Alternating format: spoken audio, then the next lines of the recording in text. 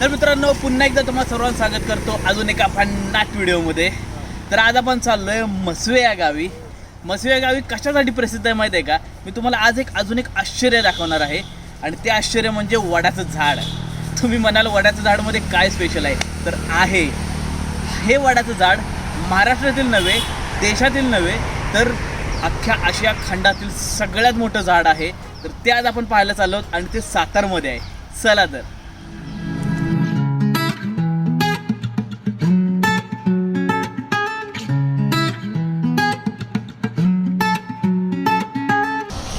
तर मित्रांनो, आपण पाचोड मार्गे आल्यानंतर तुम्हाला एक बोर्ड लागेल मसवे गावचा। तिथे 2 ते 3 किलोमीटर पुढे आल्यानंतर तुम्हाला इकडे उजव्या साईडला एक फाटा फुटेल। या फाट्याने सरळ तुम्हाला मसवे गावाकडे जाता येतं। तर आपण चला निघूयात पुढे।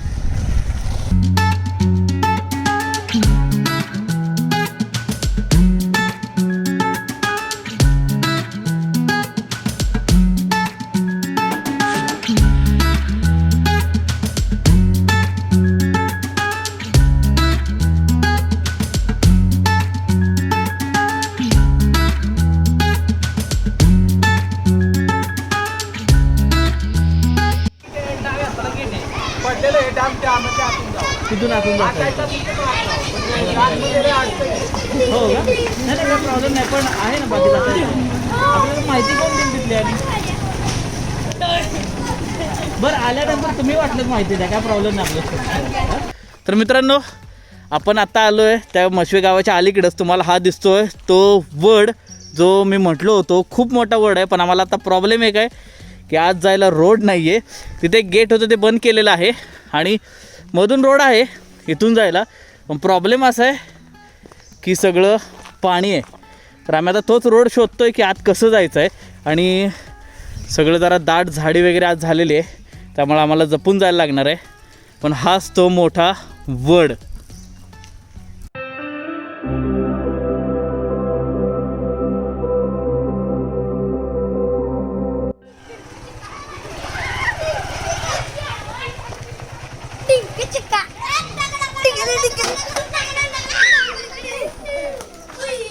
मित्रांनो, आपल्याला या टाकीपर्यंत यायला लागलं आणि तिथून रोड नव्हता, त्यामुळे गावातूनच आपल्याला थोडंसं पुढे यायला लागलं।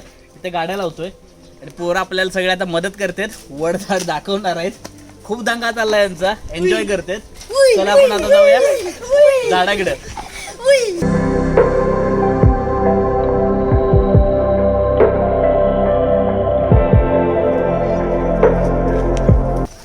मित्रांनो, तुम्ही आता इकडे पाहताय कंटिन्यूस असं जवळजवळ 2.5 ते 3 एकरातला हा वड आहे पूर्णपणे। आपल्याला संपूर्ण माहिती आपण गावात गेल्यानंतर ते गावकरी देतीलच आपल्याला। आणि हा आता कंपाऊंड आपल्याला पाहायचं आहे, आपल्याला आज कसं जाता येईल हे पाहायचं आहे। चला नाही इथून समोरच आपल्याला आज जायला रोड आहे। तर इथून आपण आज चाललोय जंगलातनं आणि थोडंसं आता बघूया, दाट झाडी आहे। तर आता बघूया आपल्याला कसं आज जाता येतंय। वाकून जायला लागतंय। आव हाताला कापलं काहीतरी। मित्रांनो, खूपच दाट झाडी आहे, पोरं पण आपल्याला दाखवतात आणि रोड जायला पायवाट आहे, पायवाट्यानं चाललोय दाट ह्याच्यात, त्यामुळं हळूहळू जायला लागतंय कारण घाणेरी आहे आजूबाजूला, पूर्ण अशी घाणेरी आहे, त्यामुळे ती काटे लागतेच सगळे हाताला। त्याच्यामुळं ते मागं आहे वडाचं झाड मोठं आलं। तर आपण आता पायथ्याला जाऊया आतमध्ये आणि आतला सगळा घेरा बघूया केवढा मोठा आहे। थोडं कंपाऊंड मधून आत आलो ना, इथे एक तुम्हाला तळं दिसेल, मोठं तळं आहे। हे जे समोर दिसतंय ना ते मेन वडाचं झाड आणि त्याच्यापासून सगळ्या पारंब्यापासून बाकीचं झालेलं आहे ते वडाचं झाड अख्खं तयार।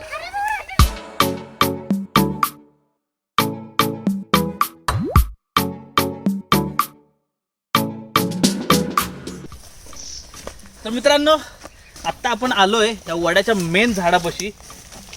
तुम्हाला एवढ्या मोठ्या भव्य पारंब्या दिसतात। मगाशी सांगितलं ते मोठं झाड आणि त्याच्यापासून ही झाडं तयार केली, म्हणजे पारंब्यापासून वडाची झाडं तयार झालेली आहेत। इतकं भारी आहे ना, इतकं थंड वातावरण आहे, म्हणजे एकदम फ्रीज सारखं एकदम थंड वातावरण आहे आणि जबरदस्त मोठं झाड आहे। तेव्हा एकदम भारी आहे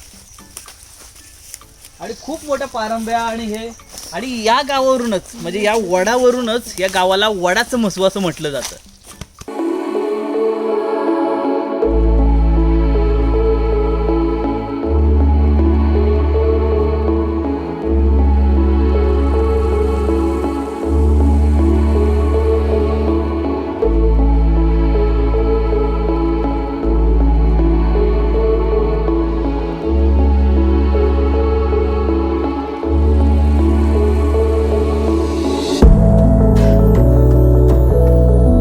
तर मित्रांनो ते झाल्यानंतरच या वडाच्या बरोबर मध्येच तुम्हाला इथे समोर मंदिर आहे.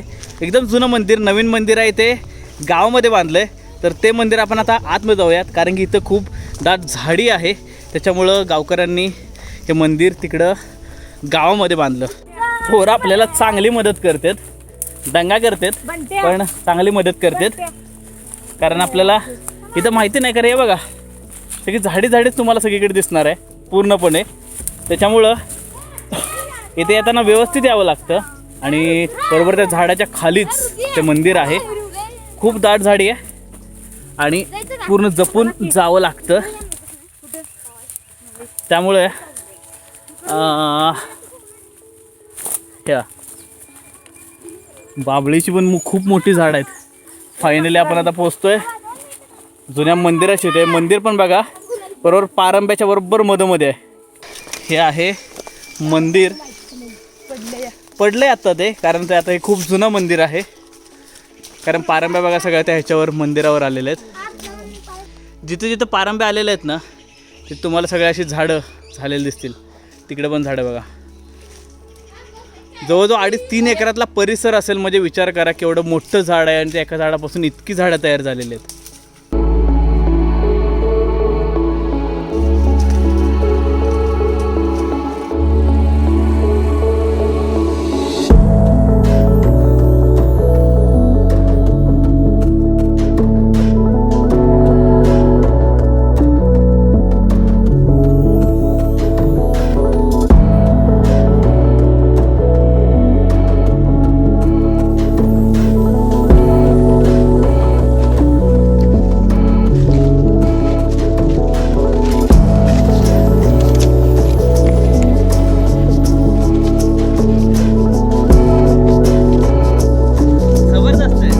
तर आपण आता जाऊयात आतमध्ये म्हणजे गावात आणि तिथल्या लोकांना इथली सगळी माहिती विचारूयात. मी थोडी माहिती दिलेलीच आहे पण गावातल्या लोकांना अजून काय माहिती आहे ती पाहूयात. चला.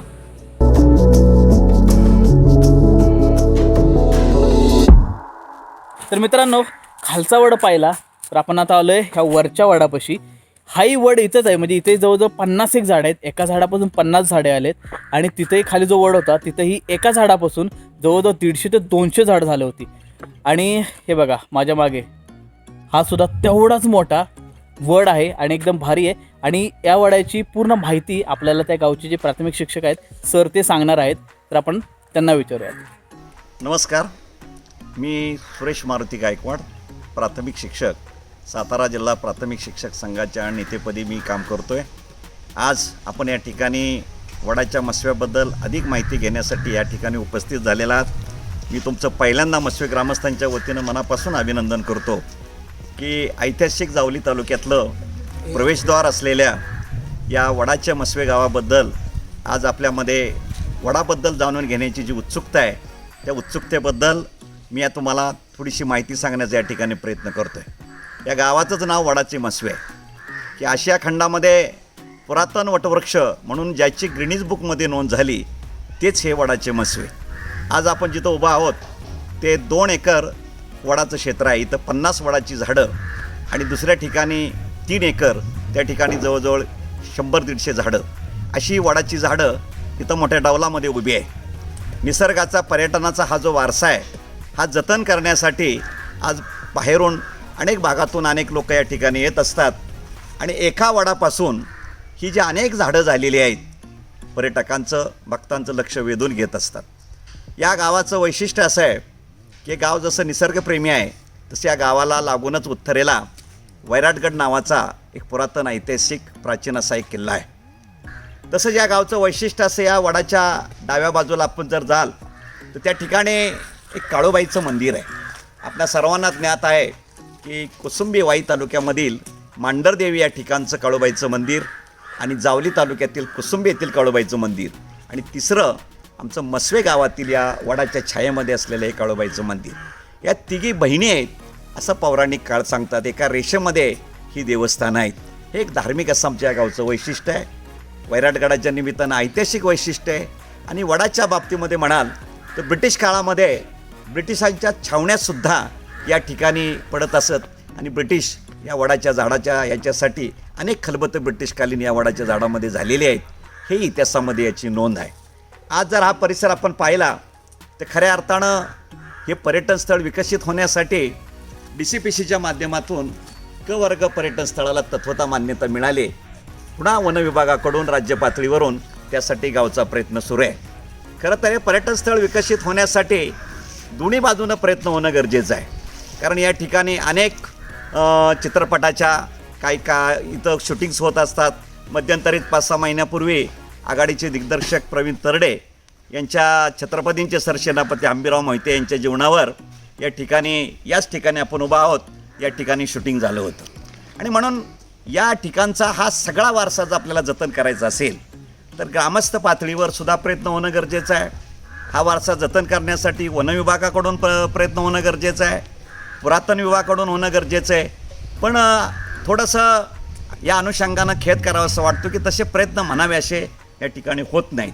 तर हा एवढा जुना प्राचीन पुरातन वारसा, आज आशिया खंडातला पुरातन वटवृक्षाचा वारसा जर आपल्याला जतन करायचा असेल या गावातले ग्रामस्थ, स्वयंसेवी संस्था यांनी एकत्रित येऊन श्रमदान असेल किंवा शासकीय पातळीवर काही योजना असतील याचा समन्वय साधून हा सर्व भाग आहे हा स्वच्छ आणि या ठिकाणी पर्यटकांना येण्यासाठी निश्चितपणानं आनंद वाटेल असा हा परिसर निश्चितपणानं भविष्यकाळात झाल्याशिवाय राहणार नाही. की फेब्रुवारीच्या पौर्णिमेच्या दुसऱ्या दिवशी जननी देवी आणि काळूबाईची मोठी यात्रा भरते आणि बगाड्याच्या टाईपवर गाड्यांचं नियोजन या मोठ्या परिसरामध्ये फार मोठं पाहण्यासारखं असतं. की आमच्या जिल्हा परिषद गटाचं हे मस्वे गाव आहे. त्यामुळे या गावाला देश स्वातंत्र्य झाल्यापासून पंचायत समिती पातळीवर 2दा प्रतिनिधित्व करण्याची संधी मिळाली. पाठीमागच्या काळात आमचे तानाजीराव शिर्के माजी उपसभापती यांनी या गावचा विकास करण्याचा प्रयत्न केला. आज सद्यस्थितीमध्ये माजी सभापती म्हणून अरुणाताई शिर्के आज कार्यरत आहेत. त्यांनी या गावचा विकास करण्याच्या दृष्टीने, या पर्यटन स्थळाचा विकास करण्याच्या दृष्टीने या ठिकाणी प्रयत्न केलेला आहे. पण अजूनही जलद गतीनं आणि वेगानं प्रयत्न करण्याची गरज आहे. कारण हे पर्यटन स्थळ जर वेगानं डेव्हलप करायचं असेल तर निश्चितपणानं सांघिक स्वरूपात प्रयत्न होणं गरजेचं आहे. तर मित्रांनो, आपण खालचा वड आणि वरचा वड दोन्ही सगळ्या वड पाहिले आणि खूप जबरदस्त आहेत, खूप मोठे आहेत. खरं त्याचं पर्यटन स्थळ झालं पाहिजे जसं आपल्याला त्यांनी माहिती सांगितली. हे नक्कीच झालं पाहिजे. शासनानं पण याची दखल घ्यावी असं मी म्हणेन.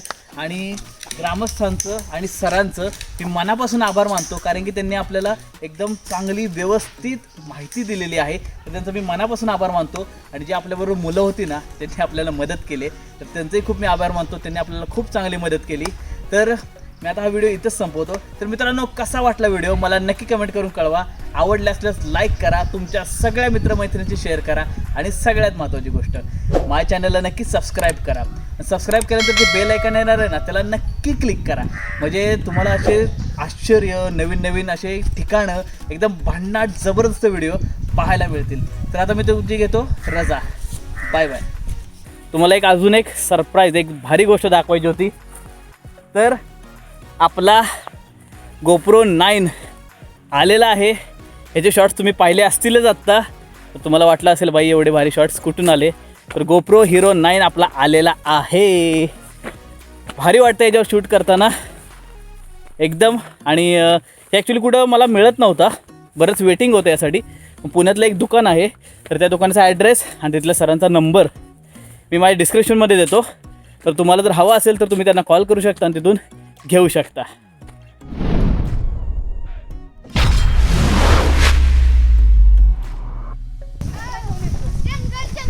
आणि सगळ्या घरातून सांगत सुटले पिक्चरची शूटिंग आहे ठरलं तर